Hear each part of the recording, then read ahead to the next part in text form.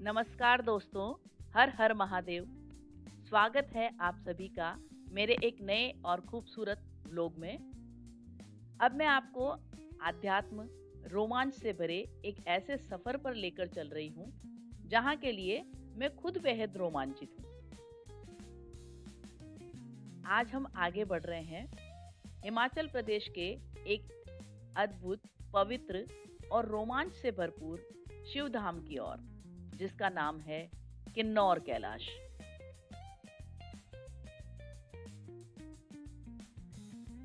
किन्नौर कैलाश अपनी प्राकृतिक सुंदरता और भगवान शिव से जुड़ी आस्था के लिए पूरी दुनिया में प्रसिद्ध है। चारों तरफ ऊंचे ऊंचे पहाड़, बर्फ से ढकी चोटियां और प्रकृति का अद्भुत नज़ारा इस जगह को बेहद खास बना देता है।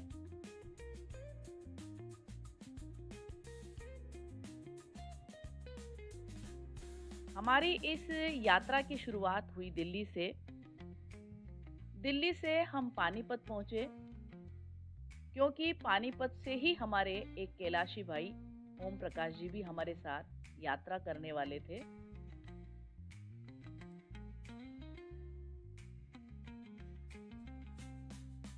दो अगस्त 2026 को तकरीबन हमने शाम को 6 बजे पानीपत से गाड़ी ली और निकल पड़े किन्नर कैलाश के सफर पर।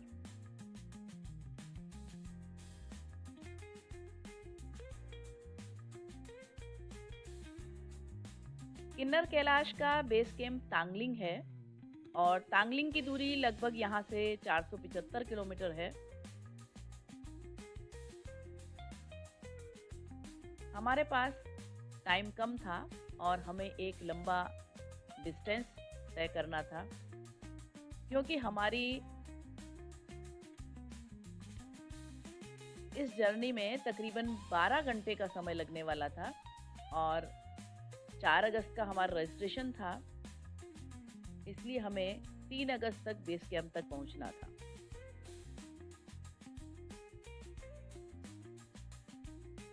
और चंडीगढ़ के बाद हिल एरिया स्टार्ट हो जाता है, तो टाइम ज़्यादा लगने वाला था। ठियोग नारकंडा तक पहुंचते पहुंचते हमें रात्रि के 2 बज चुके थे और हमने ठियोग यात्री निवास में ठहरने का मानस बनाया और 3 अगस्त सुबह 8 बजे हमने अपनी जर्नी वापस स्टार्ट की।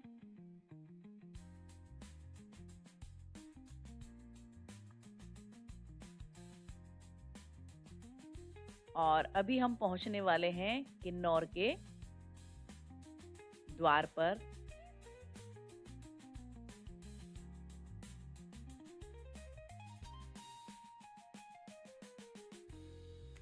यही वो पहाड़ियां हैं जो किन्नौर का द्वार कहलाती हैं।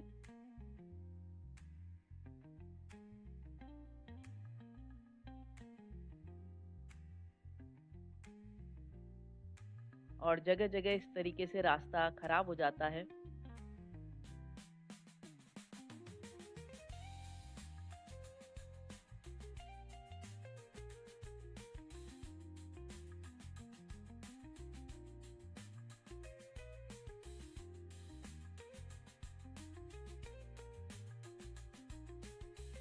यहाँ का जो रास्ता है वो भी काफी रोमांचित करने वाला है। एक तरफ खूबसूरत पहाड़ियां हैं और दूसरी तरफ चट्टानें।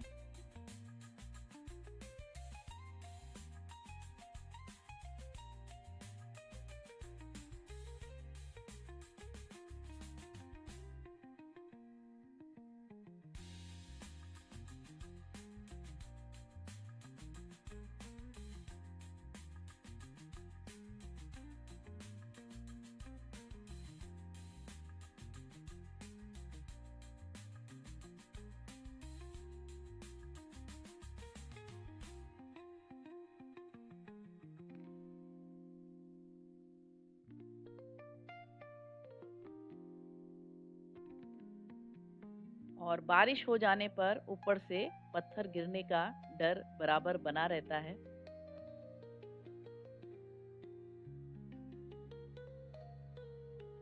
और कहीं-कहीं तो ऐसा लगता है जैसे चट्टानों ने पूरा रास्ता ढक लिया हो, जैसा आप देख रहे हैं।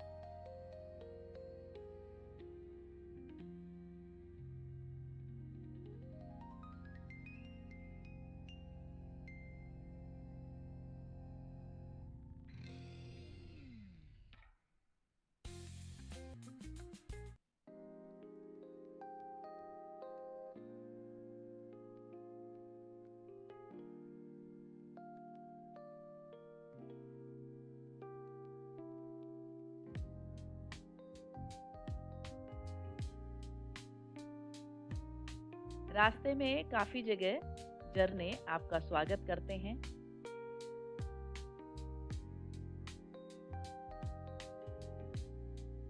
और हम पहुंच गए हैं किन्नौर के काफी नजदीक।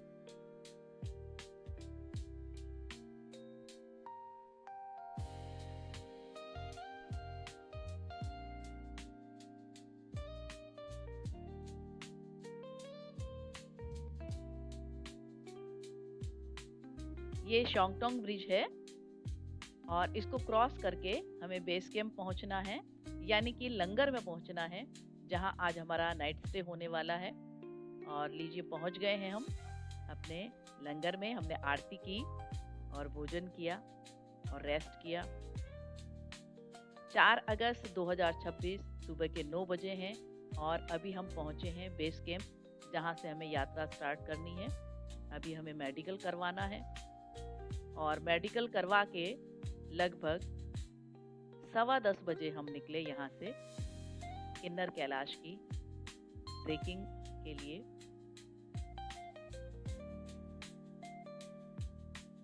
इस साल प्रशासन ने थोड़े से रूल चेंज कर दिए हैं।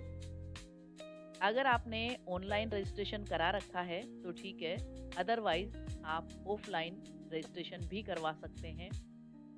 पर डे 375 लोगों को ऊपर जाने की परमिशन प्रशासन के द्वारा दी गई है। अगर आप मेडिकल फिट होते हैं चेकअप में, तब आपको ग्रीन टैक्स देना होता है और आपका जो बैग है वो चेक होता है कि उसमें आप कितने रेपर्स वगैरह ले जा रहे हैं और वो आपको वापस लाकर जमा कराना होता है। ये एक बहुत अच्छी पहल है जिससे पहाड़ों में गंदगी नहीं होती है। और हमने ट्रेकिंग स्टार्ट कर दी है।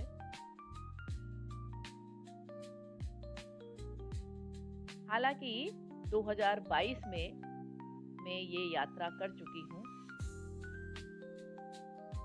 अब देखते हैं हम कितना आगे तक पहुँच पाते हैं।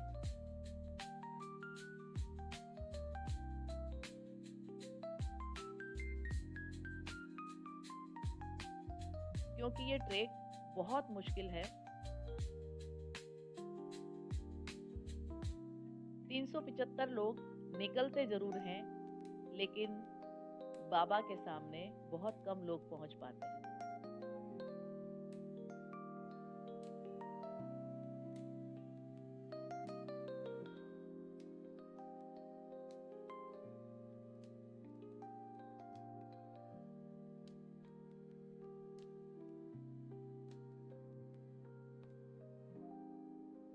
आज हमारा स्टे गणेश पार्क में होने वाला है।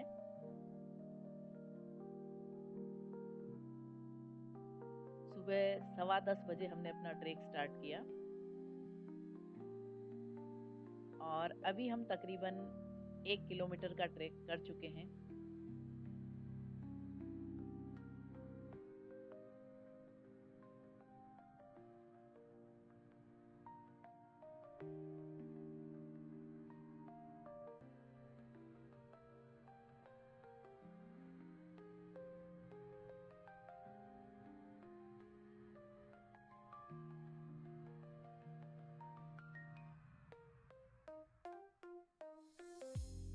बहुत मुश्किल ट्रेक है और इस ट्रेक की सबसे बड़ी बात यह है कि आपको कहीं पर भी प्लेन नहीं मिलेगा। रेगुलर गणेश पार्क तक आपको कम से कम 45 के एंगल पर चढ़ाई मिलेगी।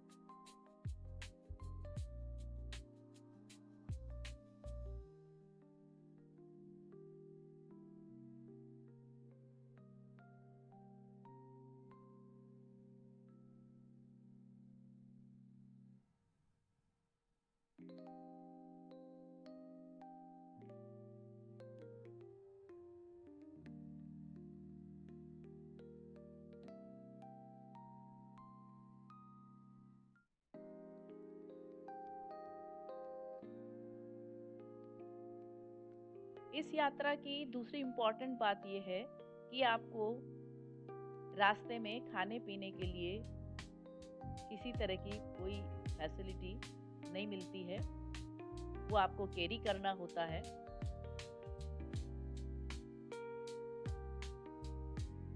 और गणेश पार्क तक पानी की सुविधा भी आपको 1 या 2 जगह मिलेगी।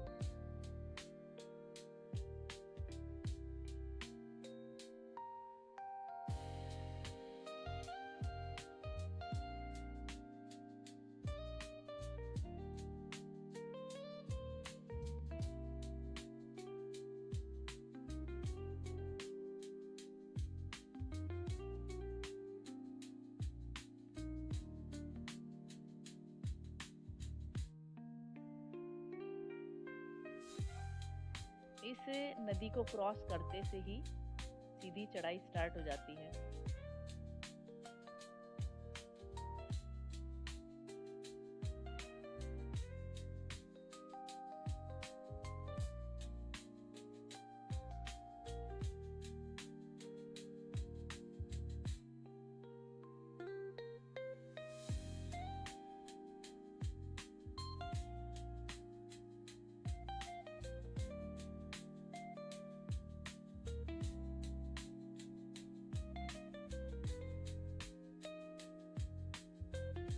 महादेव की कृपा जिस पर हो जाए, वही इस यात्रा को कंप्लीट कर सकता है।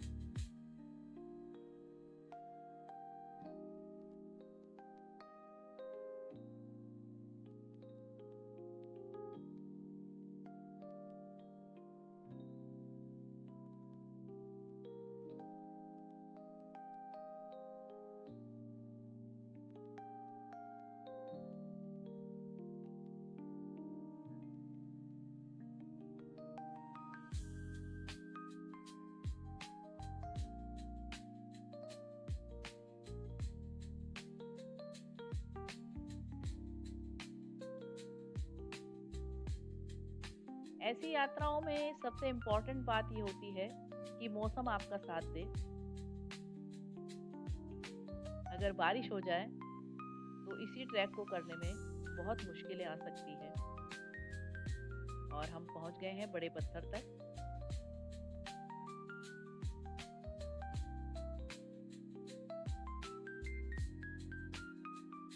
ये गणेश पार्क के मार्ग का एक मुख्य पड़ाव माना जाता है।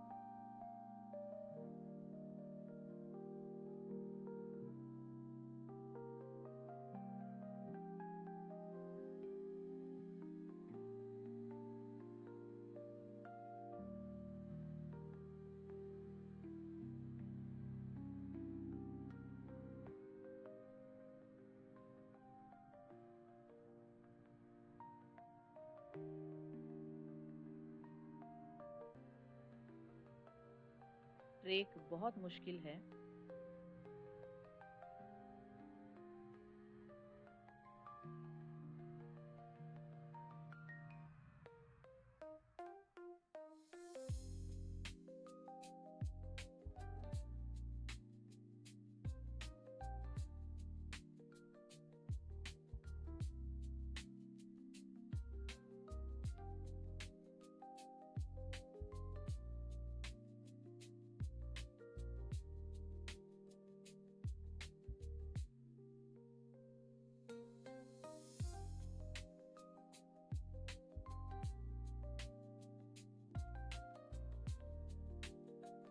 इतना मुश्किल ट्रैक होते हुए भी श्रद्धालुओं का जोश खत्म नहीं होता और जय भोले बोलते हुए वो आगे बढ़ते चले जाते हैं।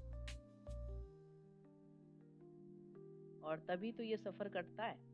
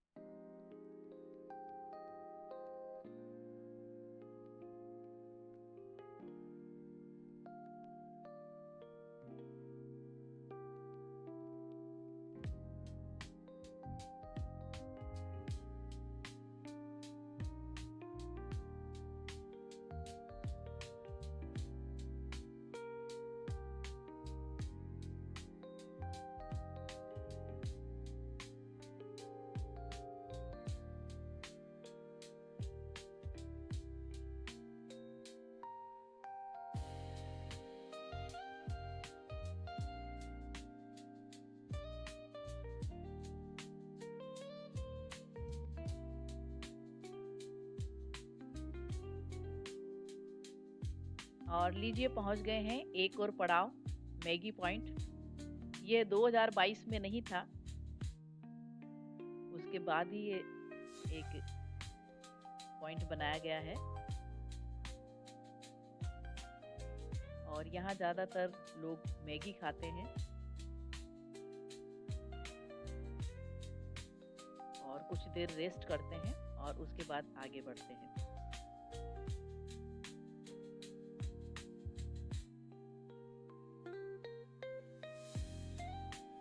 हमने यहाँ चाय पी और हमारे पोर्टर ने मैगी खाई और उसके बाद हम बढ़े आगे।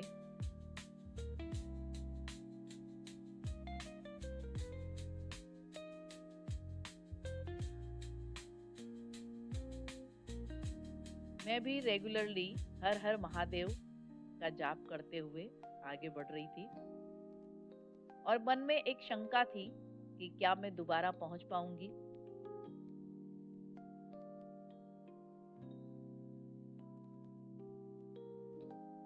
लेकिन भगवान पर पूरा भरोसा था।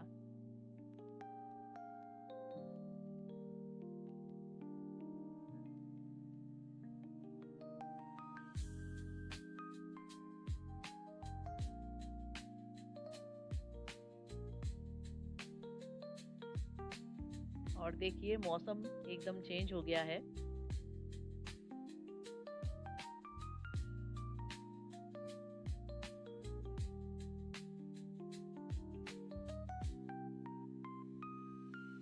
और शाम के तकरीबन 6 बजे हम पहुंचे गणेश पार्क।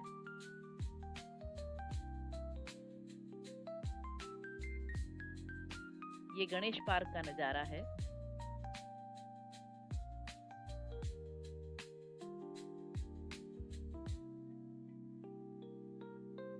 और यहाँ हमें वापस रजिस्ट्रेशन कराना होता है, अपना नाम लिखवाना होता है, क्योंकि काफ़ी लोग यहाँ तक भी नहीं पहुँच पाते।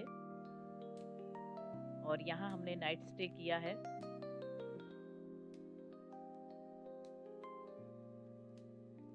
और रात को 12 बजे हम वापस निकल पड़े किन्नौर कैलाश दर्शन के लिए। आज का पेज बहुत ज़्यादा कठिन होने वाला था, क्योंकि मैं पहले आ चुकी थी 2022 में, इसलिए मुझे पता था कि आगे का रास्ता बहुत मुश्किल है, क्योंकि पूरे रास्ते में पत्थर है।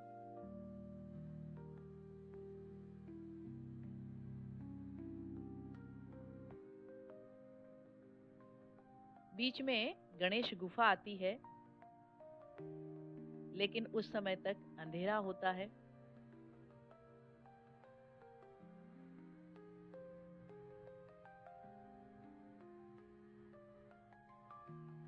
अभी सुबह के तकरीबन 7 बजे हैं। इस बार प्रशासन ने काफी सख्ती कर दी है कि अगर आप सुबह 11 बजे तक बाबा के सामने पहुंच जाते हैं तो ठीक है, अदरवाइज आपको रिटर्न कर दिया जाता है। तो मन में एक दबाव बना रहता है। अभी हमें इस नाले को क्रॉस करना है। सुबह सुबह इसमें पानी का बहुत ज़्यादा प्रेशर है, जबकि पहाड़ों में नाले का पानी शाम को बहुत ज़्यादा बढ़ जाता है।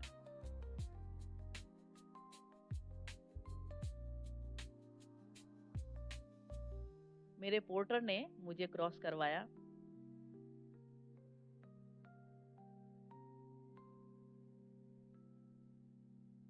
पूरे रास्ते में आपको इसी तरीके के बोल्डर देखने को मिलेंगे, जिन्हें क्रॉस करते हुए आपको आगे बढ़ना है।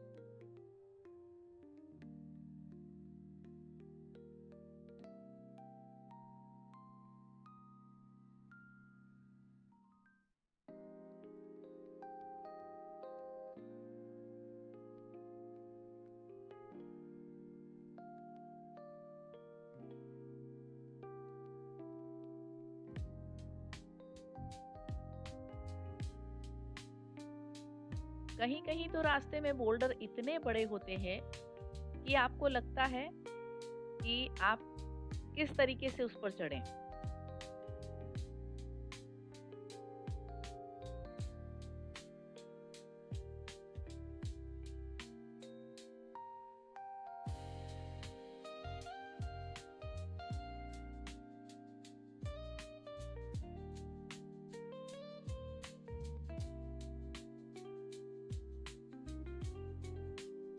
काफ़ी लोग तो गणेश पार्क तक भी नहीं पहुंच पाते और मैगी पॉइंट से ही रिटर्न हो जाते हैं।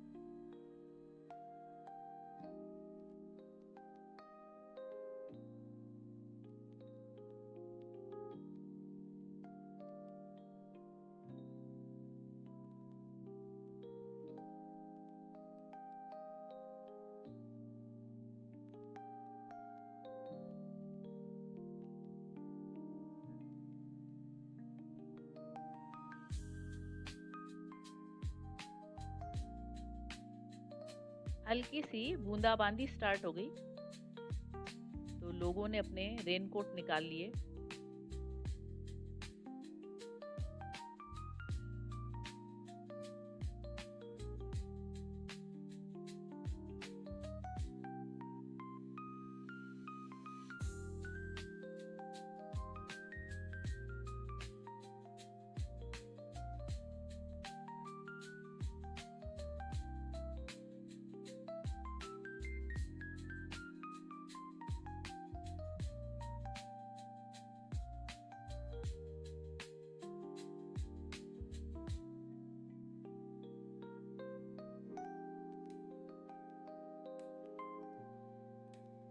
मौसम पूरी तरीके से तब्दील हो चुका है।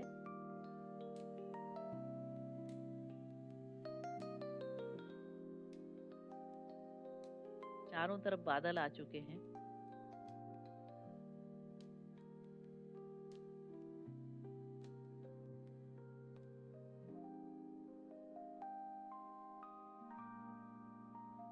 देखिए कितना मुश्किल पेच है।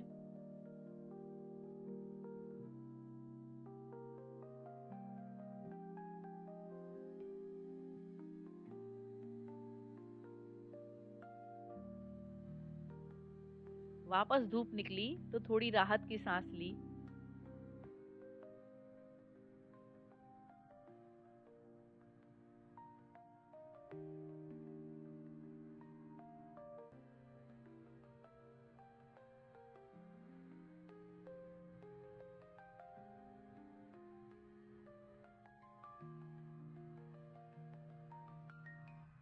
और लीजिए पहुंच गए हैं एक और पड़ाव, गौरी कुंड या पार्वती कुंड पर।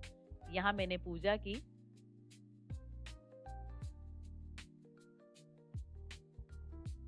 ये चारों तरफ इसमें नेट लगी हुई है, जहाँ अंदर जाने की परमिशन नहीं है, लेकिन पोर्टर अंदर जा कर के जल ले आते हैं।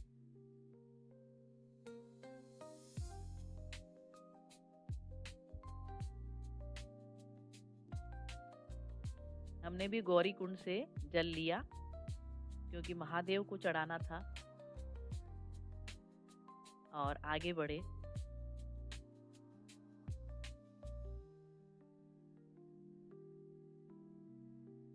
क्योंकि टाइम का बाउंडेशन था, हमें 11 बजे तक बाबा के पास पहुंचना था।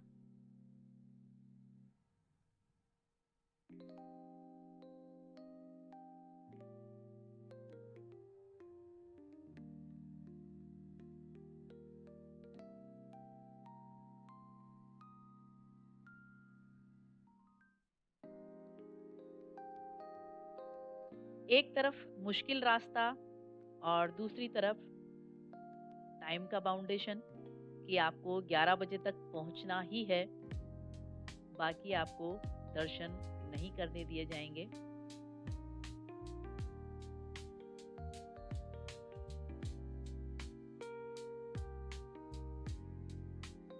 क्योंकि यहाँ का प्रशासन ये चाहता है कि 12 बजे तक सभी श्रद्धालु वहाँ से वापस लौट जाएं, ताकि वो सही समय पर गणेश पार्क पहुँच सकें।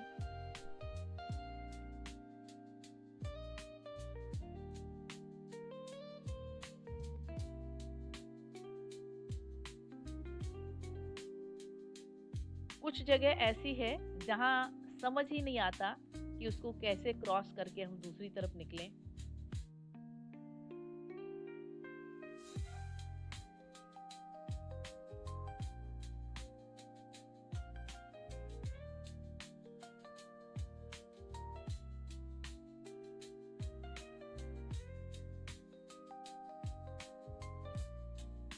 और ये लास्ट का पेच है जो यहाँ पूरा दिखाई नहीं दे रहा है, अदरवाइज बिल्कुल खड़ी चढ़ाई है, और वो भी बोल्डर पर।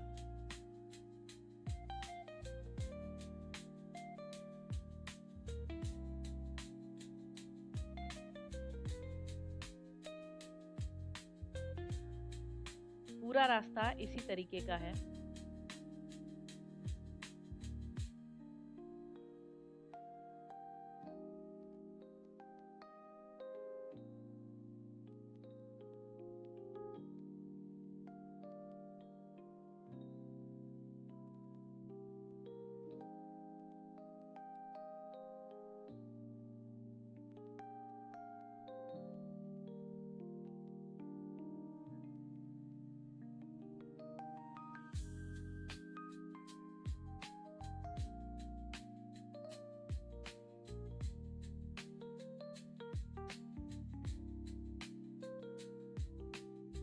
किन्नौर कैलाश को भगवान शिव का निवास भी माना जाता है।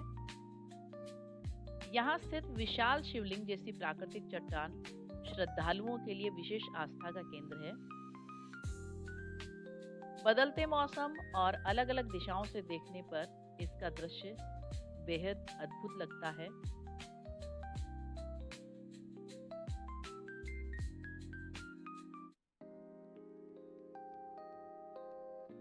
किन्नौर कैलाश की यात्रा केवल धार्मिक ही नहीं, बल्कि प्रकृति प्रेमियों और ट्रेकिंग के शौकीन लोगों के लिए एक अविस्मरणीय अनुभव है। और लीजिए, मैं पहुंच गई हूं बाबा के सामने।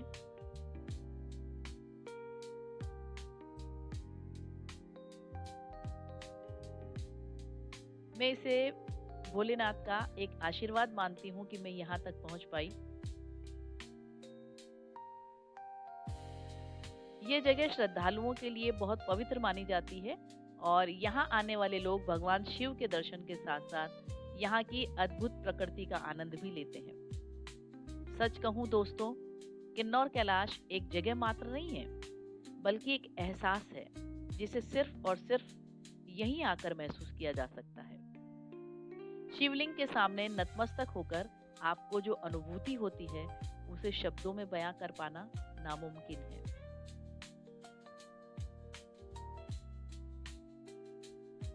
मैंने यहाँ पर पूजा की,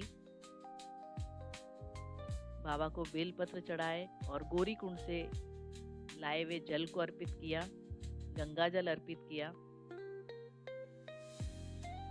और इन सब से भी बेहद खास बात कि मैंने बाबा का शुक्रिया अदा किया कि मैं यहाँ तक पहुँच पाई। क्योंकि एक रिपोर्ट के अनुसार 375 लोगों को भले परमिशन मिलती है, लेकिन 70 से 80 के बीच ही लोग यहाँ तक पहुँच पाते हैं, क्योंकि रास्ते बेहद मुश्किल हैं। और मेरा तो ये मानना है कि जिसका बाबा हाथ पकड़ लेता है, वही यहाँ तक पहुँच पाता है। तो दोस्तों, आपको कैसी लगी किन्नौर कैलाश की यात्रा? मुझे कमेंट करके ज़रूर बताएं, और साथ ही मेरे इस व्लॉग को लाइक करें, सब्सक्राइब करें।